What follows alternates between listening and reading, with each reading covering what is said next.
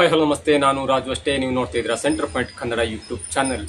ಯಾವಾಗ ಯತ್ನಾಳ್ ಅವರ ಉಚ್ಚಾಟನೆ ಮಾಡಿದ್ರಲ್ಲ, ಪಕ್ಷದಿಂದ 6 ವರ್ಷಗಳ ಕಾಲ ಉಚ್ಚಾಟನೆ ಮಾಡಿದ್ರಲ್ಲ, ಆಗ ಬಿಜೆಪಿಗೆ ಒಂದು ಟಾನಿಕ್ ಸಿಕ್ಕದಂಗೆ ಆಗುತ್ತದೆ.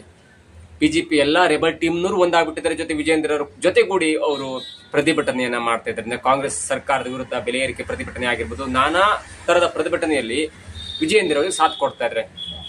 ಅದರಲ್ಲೂ ಮುಖ್ಯವಾಗಿ ಸದಾನಂದ ಗೌಡ, ಶ್ರೀರಾಮುಲು, ಜಗದೀಶ್ ಶೆಟ್ಟರ್, ಸಿಟಿ ರವಿ, ಆರೋಸೋಗಿ, ಹೀಗೆ ಅನೇಕ ಘಟಾನುಘಟಿಗಳು ಈಗ ವಿಜೇಂದ್ರ ಅವರ ಜೊತೆ ಸಾಥ್ ಕೊಡ್ತಾ ಇದ್ದಾರೆ ಮತ್ತು ವಿಜೇಂದ್ರ ಅವರ ನೇತೃತ್ವದಲ್ಲಿ ಪ್ರತಿಭಟನೆಯನ್ನ ಮಾಡ್ತಾ ಇದ್ದಾರೆ.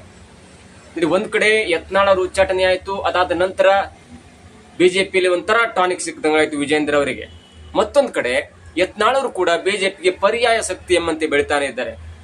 ನಾರ್ತ್ ಕರ್ನಾಟಕದಲ್ಲಿ ಅದರಲ್ಲೂ ವಿಜಯಪುರ ನಗರದಲ್ಲಿ ಅಥವಾ ಆ ವಿಜಯನಗರ ಜಿಲ್ಲೆಯಲ್ಲಾಗಿರ್ಬೋದು, ಯತ್ನಾಳ್ ಅವರ ಪರವಾಗಿ ಬೆಂಬಲಿಗರ ಆಕ್ರೋಶ, ಬೆಂಬಲಿಗರ ಒಂದು ದೊಡ್ಡ ಪ್ರತಿಭಟನೆ ನಡೀತಾನೆ ಇದೆ.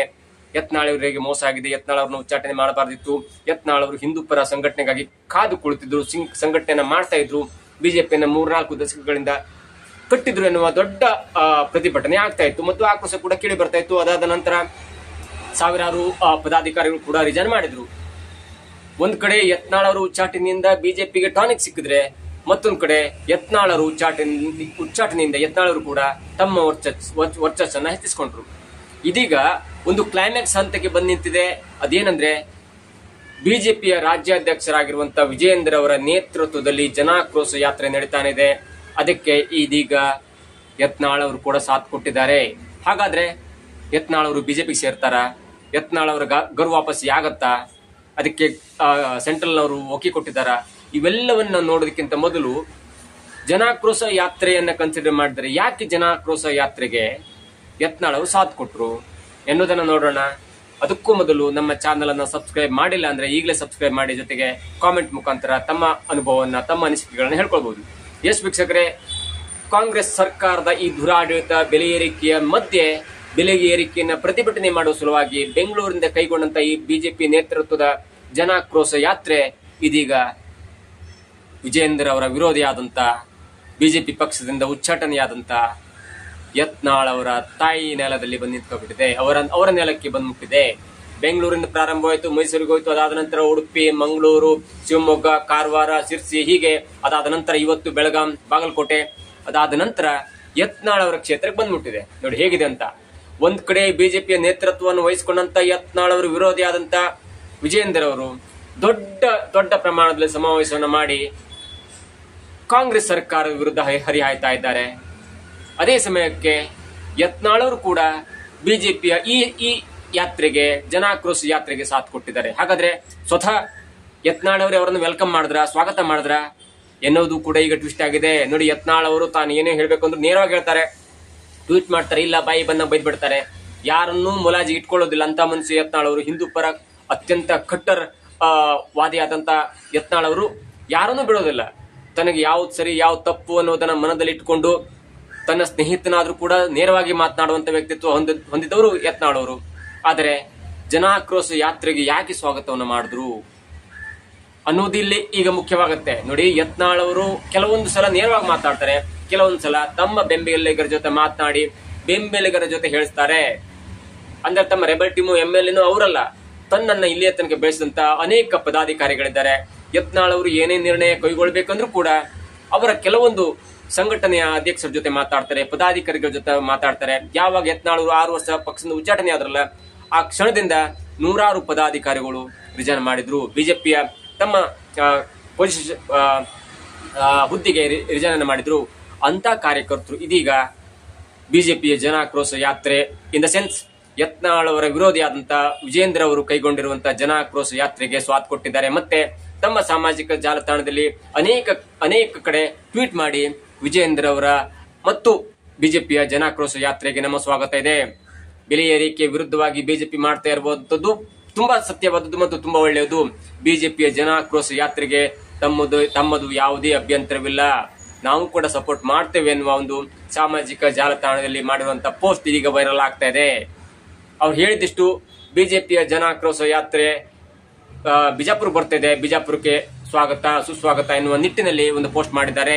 ಹಾಗಾದ್ರೆ ಇದರ ಅರ್ಥ ಯತ್ನಾಳರು ಕೂಡ ಸಪೋರ್ಟ್ ಮಾಡಿದ್ದಾರಾ ಅನ್ನೋದು ಇದೀಗ ಕುತೂಹಲಕ್ಕೆ ಕಾರಣವಾಗಿದೆ. ನೋಡಿ, ಇಲ್ಲಿ ಒಂದು ಗಮನಿಸಲೇಬೇಕಾದಂತ ಸಂಗತಿ ಅಂದ್ರೆ, ಅವರು ಟ್ವೀಟ್ ಮಾಡ್ತಾ ಮುಂದೆ ಹೇಳ್ತಾರೆ, ಬಿಜೆಪಿಯ ಜನಾಕ್ರೋಶ ಯಾತ್ರೆಗೆ ಸ್ವಾಗತ, ನೀವು ಬಿಜಾಪುರಕ್ಕೆ ಬನ್ನಿ, ಕಾಂಗ್ರೆಸ್ನ ವಿರುದ್ಧವಾಗಿ ಹೋರಾಡಿ ಎನ್ನುವುದರ ಜೊತೆಗೆ ನೀವು ಮತ್ತೊಂದನ್ನು ಗಮನಿಸಬೇಕಾಗುತ್ತೆ. ಯಾಕಂದ್ರೆ ಯತ್ನಾಳ್ ಅವರು ಬಿಜಾಪುರ ಜಿಲ್ಲೆಯಲ್ಲಿ ಮಾಡಿದಂತ ಡೆವಲಪ್ಮೆಂಟ್ ಕೂಡ ಬಿಜೆಪಿ ಗಮನಿಸಬೇಕಾಗತ್ತೆ.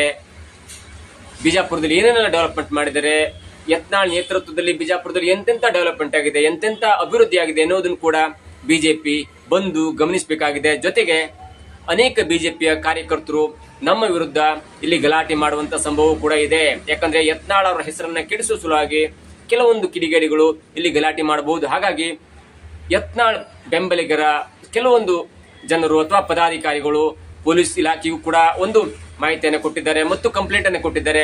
ನೀವು ಇಲ್ಲಿ ಸಿಸಿಟಿವಿಯನ್ನ ರೆಕಾರ್ಡ್ ಮಾಡಿಸಬೇಕು, ಜನಾಕ್ರೋಶ ಯಾತ್ರೆ ಎಲ್ಲೆಲ್ಲಿ ಹೋಗುತ್ತಲ್ಲ ಅಲ್ಲಿ ಸಿಸಿಟಿವಿ ಫುಟೇಜ್ ಇರಬೇಕು ಮತ್ತು ಪೊಲೀಸ್ ಸರ್ಪಗಾವಲು ಇರಬೇಕು. ಯಾಕಂದ್ರೆ ಏನಾದ್ರೂ ಹೆಚ್ಚು ಕಡಿಮೆಯಾಗಿ ಗಲಾಟೆ ಆಯ್ತಂದ್ರೆ ಅದು ಯತ್ನಾಳ್ ಅವರ ತಲೆಗೆ ಬರುತ್ತೆ. ಬಿಜೆಪಿ ಬಿಜಾಪುರ ಜಿಲ್ಲೆಗೆ ಬಂತು, ಬಿಜಾಪುರದ ಜನಾಕ್ರೋಶ ಯಾತ್ರೆ ಮಾಡುವಾಗ ಯತ್ನಾಳ್ ಬೆಂಬಲಿಗರು ಜನಾಕ್ರೋಶ ಯಾತ್ರೆ ವಿರುದ್ಧ ಸಿಡಿದಿದ್ದು ಗಲಾಟೆ ಮಾಡಿಸಿದ್ರು ಎನ್ನುವ ಅಪವಾದ ತಮ್ಮ ಮುಖಂಡರಾದಂತ ಯತ್ನಾಳ್ ಅವರ ಮೇಲೆ ಬರುತ್ತೆ. ಹಾಗಾಗಿ ಯಾವುದೇ ಕಾರಣಕ್ಕೂ ಕೂಡ ಬಿಜೆಪಿ ಜನಾಕ್ರೋಶ ಯಾತ್ರೆ ಸುಸಜ್ಜಿತವಾಗಿ ಸಾಂಗವಾಗಿ ನಡೆಯಬೇಕು. ಅದಕ್ಕೆ ಯಾರು ಕೂಡ ತಕರಾರು ಮಾಡಬಾರದು. ಒಂದ್ ವೇಳೆ ತಕರಾರು ಆಗುವುದಾದ್ರೆ ಅದು ಬಿಜೆಪಿ ಕಾರ್ಯಕರ್ತರಿಂದಲೇ ಆಗುತ್ತೆ ಮತ್ತು ಯತ್ನಾಳ್ ಅವರನ್ನ ಕೆಟ್ಟ ಹೆಸರು ತರಿಸಲಿಕ್ಕೆ ಅದು ಬಿಜೆಪಿ ಕಾರ್ಯಕರ್ತರೆ ಒಂದು ಸ್ಕೆಚ್ ಅನ್ನು ರೂಪಿಸುತ್ತಾರೆ. ಹಾಗಾಗಿ ಎಲ್ಲಾ ಕಡೆ ಈ ಜನಾಕ್ರೋಶ ಯಾತ್ರೆ ಎಲ್ಲೆಲ್ಲಿ ಹೋಗುತ್ತಲ್ಲ ಅಲ್ಲಿ ಸಿಸಿಟಿವಿಯ ಎಲ್ಲಾ ರೆಕಾರ್ಡ್ಗಳು ಪೊಲೀಸ್ ಇಲಾಖೆ ಜೊತೆಗಿರಬೇಕು ಮತ್ತು ಪೊಲೀಸರು ಕೂಡ ಸರ್ಪಗಾವಲನ್ನು ಇಡಬೇಕು ಎನ್ನುವ ದೃಷ್ಟಿಯಲ್ಲಿ ಒಂದು ಟ್ವೀಟ್ ಮಾಡ್ತಾರೆ, ಮತ್ತೊಂದು ಕಂಪ್ಲೇಂಟ್ ಕೂಡ ಕೊಡ್ತಾರೆ.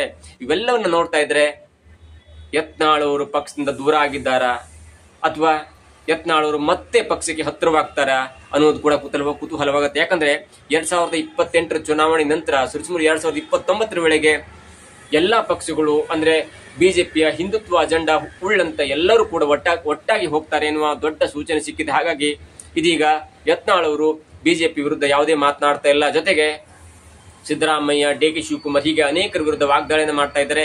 ಇವೆಲ್ಲವನ್ನ ನೋಡ್ತಾ ಇದ್ದಾರೆ. ಇದೀಗ ಸ್ವಲ್ಪ ಸೈಲೆಂಟ್ ಆದಂಗೆ ಕಾಣ್ತಾ ಇದೆ ಯತ್ನಾಳ್ ಅವರು. ಆದ್ರೆ ತಮ್ಮ ವೃತ್ತಿಯನ್ನ, ತಮ್ಮ ವೃತ್ತಿಪ್ರತಿಯನ್ನ, ತಮ್ಮ ರಾಜಕಾರಣದಲ್ಲಿ ಇಟ್ಕೊಂಡಂತ ಒಂದು ಧ್ಯೇಯವನ್ನ ಯಾವತ್ತೂ ಕೂಡ ಯತ್ನಾಳ್ ಅವರು ಬಿಟ್ಕೊಟ್ಟಿಲ್ಲ.